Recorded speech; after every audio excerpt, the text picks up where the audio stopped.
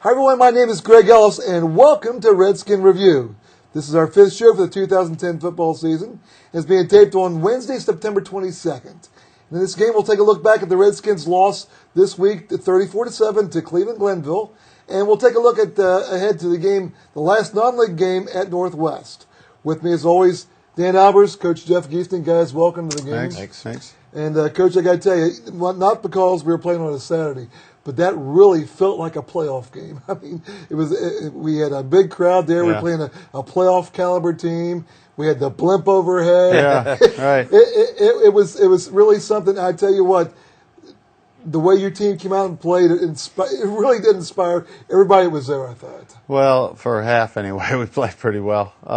But it did feel like a playoff game. You're right. The big crowd, the Saturday night, it was pretty exciting. I think we had a lot of curious people from around the city that wanted to come in and see what Glenville was really all about. I know there were Coleraine people there and St. X people and Moeller people that wanted to look at them because it could be a potential, state championship matchup for them. And we came out, we played pretty well early and did a lot of good things, and we're able to move the ball enough, and I thought offensively did a nice job of managing the play clocks, and we finally got them to work for the whole game and not short out on us, and which helped because we wanted to slow the tempo down a little bit, and I think that helped us quite a bit, and then we had that big drive to get the points, and I thought defensively we played really, really hard, and we had some special teams things that we had planned that worked for us in the first half, and it was a very exciting first half. I had a lot of people comment to me and other coaches about how much fun it was to watch that first half. Yeah, and talking about that, you seem to have a good offensive game plan in the first half, as you were saying. You took it down to the play clock a lot, and then sometimes you'd have like a little mini huddle, and you come out and quickly snap. Was that part of the game plan that you wanted to do against them, obviously? Yeah, we wanted to go slow till we got to get a feel for the game, and then we also wanted to speed up a little bit at times and catch them substituting or not being ready to go, and I thought Coach Cook and the offensive staff really did a nice job of that. I think that can only take you so far though, and that definitely showed up in the second half. And you had another thing that we saw pretty much a lot during the game was a direct snap to Jake Nelson. Yeah. Was that something that you noticed on film, or was that just to kind of? Well, we felt like we could attack them with the quarterback runs. And Nick's just not a runner, so we went with some wildcat stuff and snapped it directly to Jake. All week long we just kept saying over and over, boy, I wish we had Brandon for this game. I think Brandon could have hurt them quite a bit because they never did account for the quarterback very well. But we had a few wrinkles that worked for us, and Jordan got behind him a couple times, and they didn't cover Ryan Ossenbeck on the one, and we had a long pass play on that, and so forth. So, our game plan was sound and solid, and we did some good things with it. And your offensive line was going against I thought, a pretty mammoth defensive line, and I thought they did a pretty good job considering the fact they were going against guys that were probably twice their size. Oh, they had some monsters in there. They were really big and physical, and I thought offensively it was a matter of the hole would open up and you could see it and it'd be this big, and then they would compress the hole so much, and now it was this big, and Jake had a harder time getting through it. It just wasn't as clean, and that's what happens when you play really, really good teams. It's harder to do what you want to do, run the football and so forth, and the physicality that they had and what they brought to the game really, really wore us down as the game went on. Let's talk about the end of the first half when you scored the touchdown, and then you actually got the ball back and you had a chance to take a lead at halftime. What was the locker room like at halftime compared to what it was before the game? I mean, was the confidence on the way up, or what was it like when you went in? Well, after we scored and we tied the game up, and then we weren't going to kick deep to them, so we pooched it over there, and they happened to fumble the ball, and so we got it back and had a chance for the field goal, and unfortunately missed it. But as far as the kids in the locker room before the game, I think they were very focused and ready to play. And at halftime, they were excited, obviously, and felt like they had a decent chance to win the game if they could keep playing the way they were playing.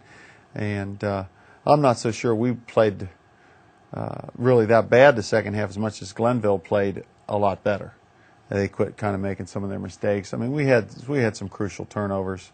Nick, when he threw that interception, that really hurt us. Their kid took it all the way back, and we didn't tackle real well the second half, I think, because we got a little bit fatigued. But the kids were excited at halftime, sure. Dan talked about their defensive line, but we were looking at their offensive line. They were every bit as big. Bigger. And in fact, Dan commented during the game, it looked like our defensive line, which I thought did a really good job compared to how much they were outweighed and outsized.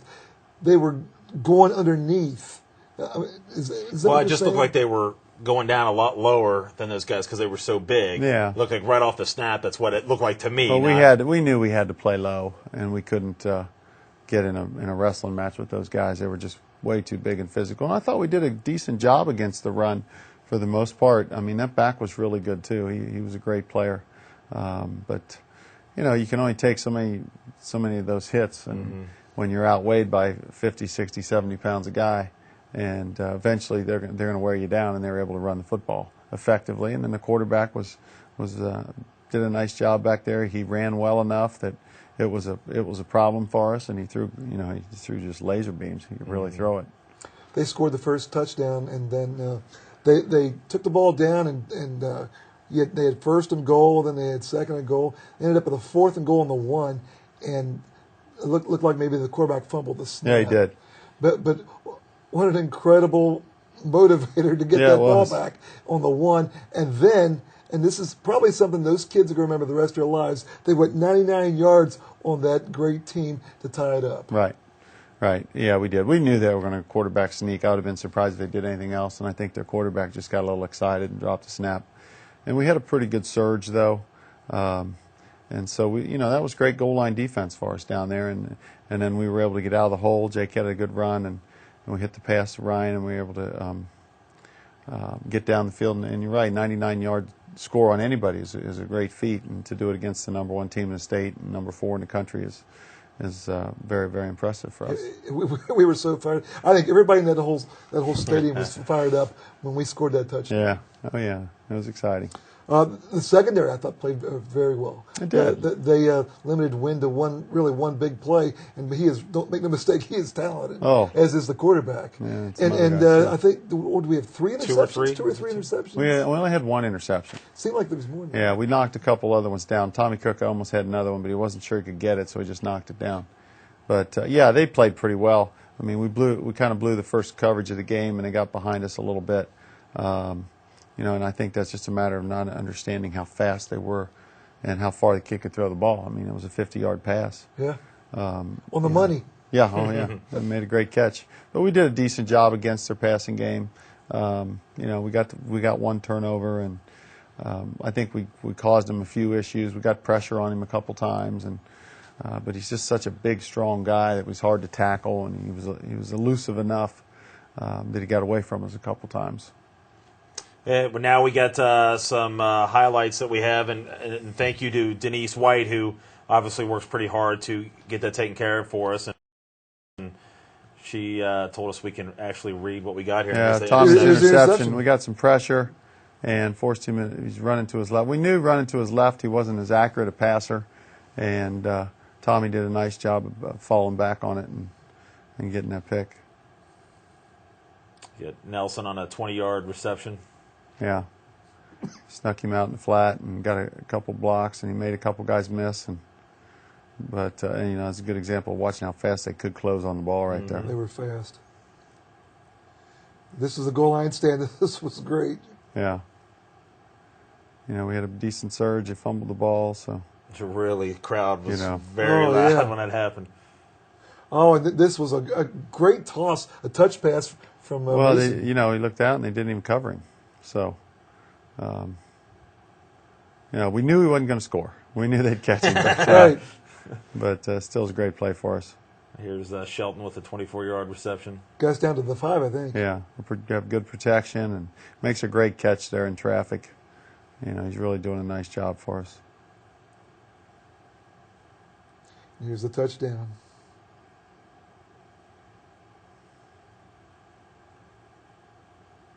Yeah, nice job. Yeah, just powered his way in the end zone.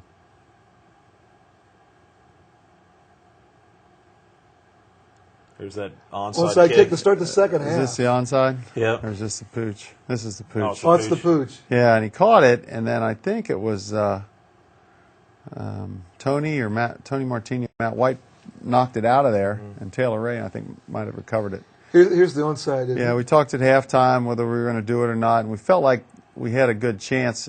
We were going to line up in one of our onside looks, and if we didn't like what they did, we'd just kick it, but we thought we had a chance at it, so we did. Tincher came in the game because of the injury. Yeah, he had to come in due to Stoney's injury, and he had made a couple plays for us.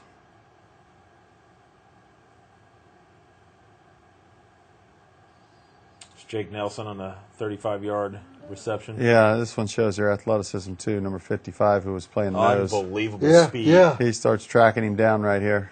We'll be watching him coming out of the screen. Yeah, we'll be watching him play on Sundays one day. Man, that was unbelievable. That was. Final score 34-7.